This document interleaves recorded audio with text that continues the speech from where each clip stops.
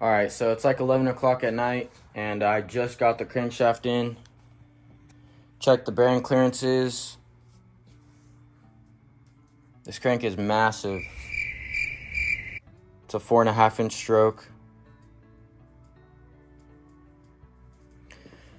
I wish I had main studs, but the bolts are gonna have to do for now.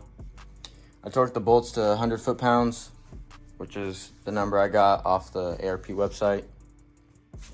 Yeah, so right now I'm going to install this Iskandarian cam that I got. It's a custom grind. Whoa. Don't want that to fall. Okay, so it's a solid roller. 286 on the intake, 294 on the exhaust. Solid roller from Iski Racing Cams. So I'm gonna install this, and I thought might as well show you guys. All right, so this cam also came with some lubricant. Iski Rev Lube XP 2000. So I'm gonna put this on it. Looks pretty thick too. Yeah, it's pretty thick. All right, so let me see.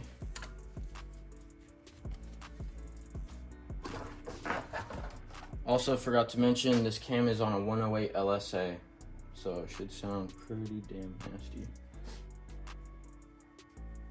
Fun fact, this is my first solid roller, so pretty excited to get this thing in and start it up, hear it for the first time. This thing is like jello, or like jam, like peanut butter and jelly or something.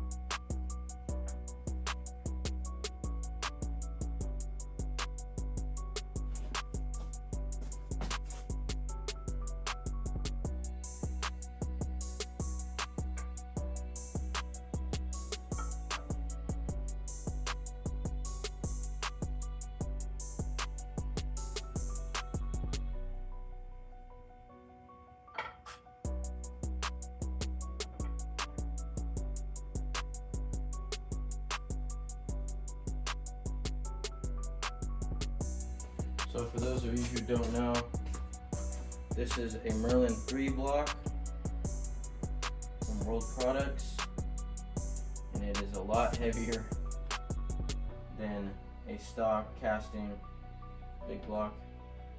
I'm not exactly sure how much heavier, but you can tell. It's also a tall deck, so, but you can tell how much beefier it is in certain areas.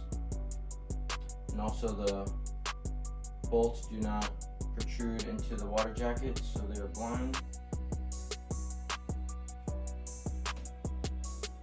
So this thing is a beast.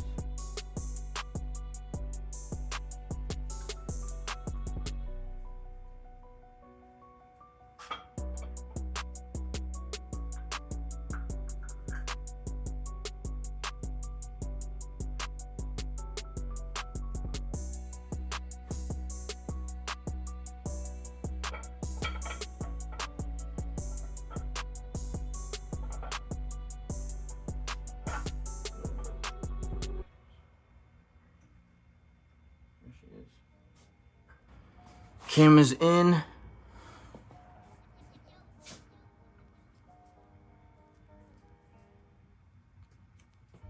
Next thing I'm gonna do is gap the piston rings. So I did buy some Total Seal gapless top rings, and the second rings are Napier. And what else? yeah, so I gapped the top ring and the second ring to 30 thousandths. So when I do run boost, I won't have to worry about the ring gaps touching. And then let me show you guys the heads. So this is what the intakes look like before I ported them. I also increased the size of the chambers and deshrouded the valves a little bit, made the corners more smooth outside the valve, like the transition. So that's all smoothed out. I also wanted to lower the compression. It was about 12.5 to 1 or higher. And so now I got it to about 12 to 1. So I should be good enough to run it on the street. I will have to run a mixture of 110 with 91.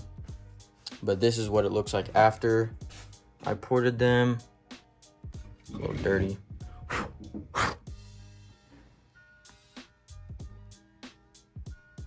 Camera does not do it justice.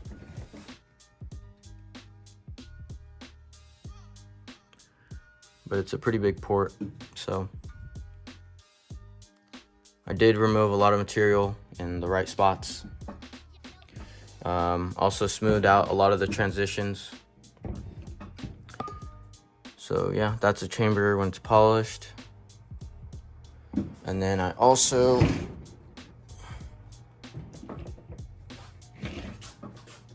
increased the size of the exhaust quite a bit.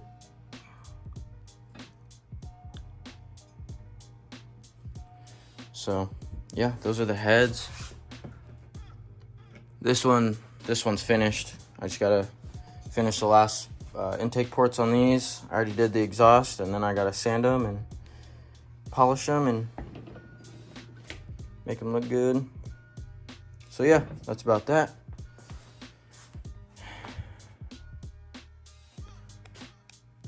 The heads look so good.